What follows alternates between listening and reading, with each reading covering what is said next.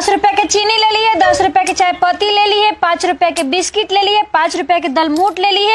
आई 5 रुपए ते खा जी। का बात ना भाई, दलमोट त बिस्किट मंगाओ तारी।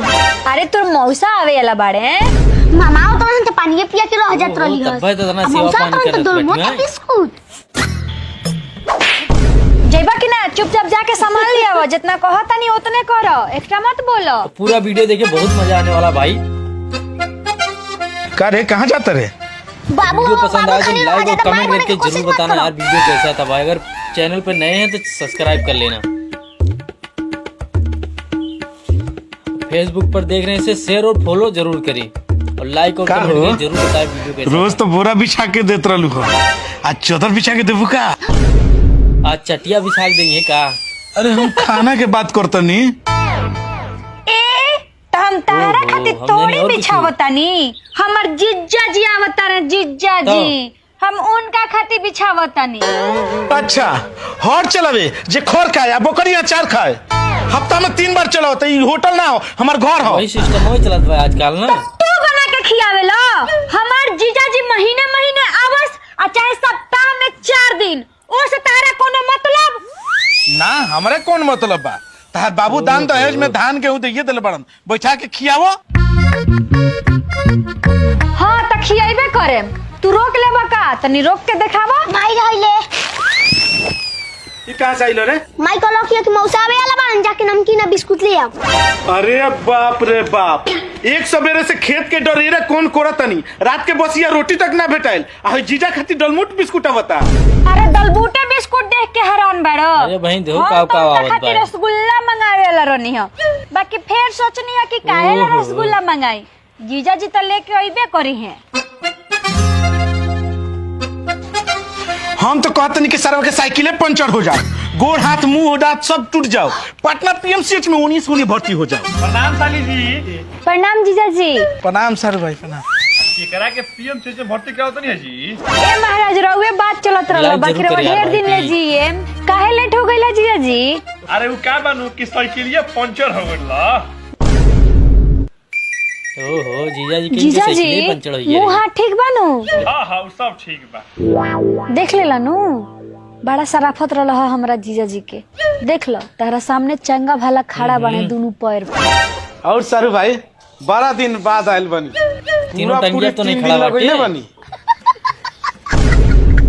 अब का कही जी, ओसे तो हमरा यहाँ आवे के मन ना करतल, लेकिन रोवे गांव में पता चलल कि वो हाँ। गाभीर भैंस दिया, ओकरे के देखे आ गइनी। अच्छा आ 3 दिन पहले राउर गाय तुरा के चला रहे हमरा गांव में। जितना चीज बा सारा हमरा गांवे में बा। नाश्ता करी या रास्ता धरी।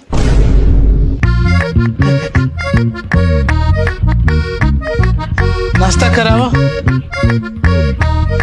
ली ना जीजा जी, ली खाई। ओहो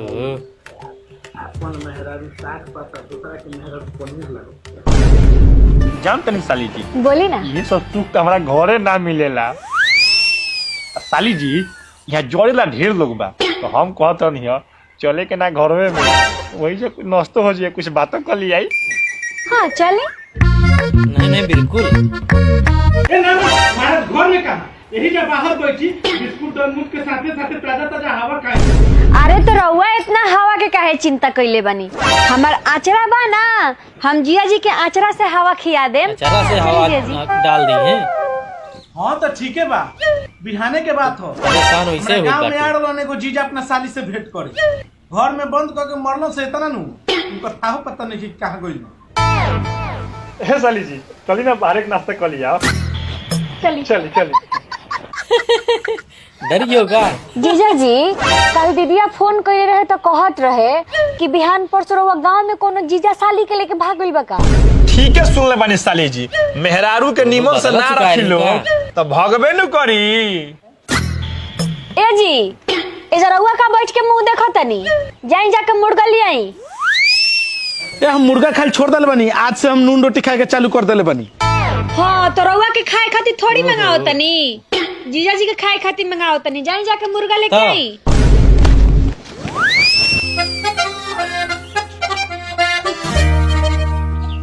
अरे साली के दूसरा का नाम कैसे कैसे खुशहाली लोग है रहते हैं, हाँ? तो चली ना साली जी तनी अपन खुशहाल बढ़िया। गाँव हमरा के दिखाई ना। चली चली चली घुमा दी। देखो और कहूँ ना घुमावे लागी।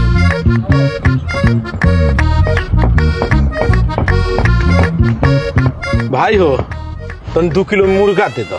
का अमित भाई पहले खाली एतवारे के एतवारे मुर्गा ले जात रह, आज शनिचरे के चले बारो, का बात हो? अरे एगो सारू आगल बड़े उनकर सेवा में और लागल बानी। सनीचर चढ़ जावा इनके। साढ़ू? हाँ तो साढ़ू से बचाइए के रही हो, काहे कि ई साढ़ू सरवा एकदम दारू खानी होखेलन सो, अब दिमाग पर चढ़ जिए सो, कुछ काहे ना लगे। कोनो पता ना अरे हाँ चले। ठीके कहत रह। जब से सरवा घरे आइल बा हमरा मेहरारू से चुमुक खानी सटल बा। अरे हाँ तो तनी बचाइए के रही हो, आ ना तो कहीं मुंह देखाए के लायक ना रह जीबो, बुझाइल कि ना?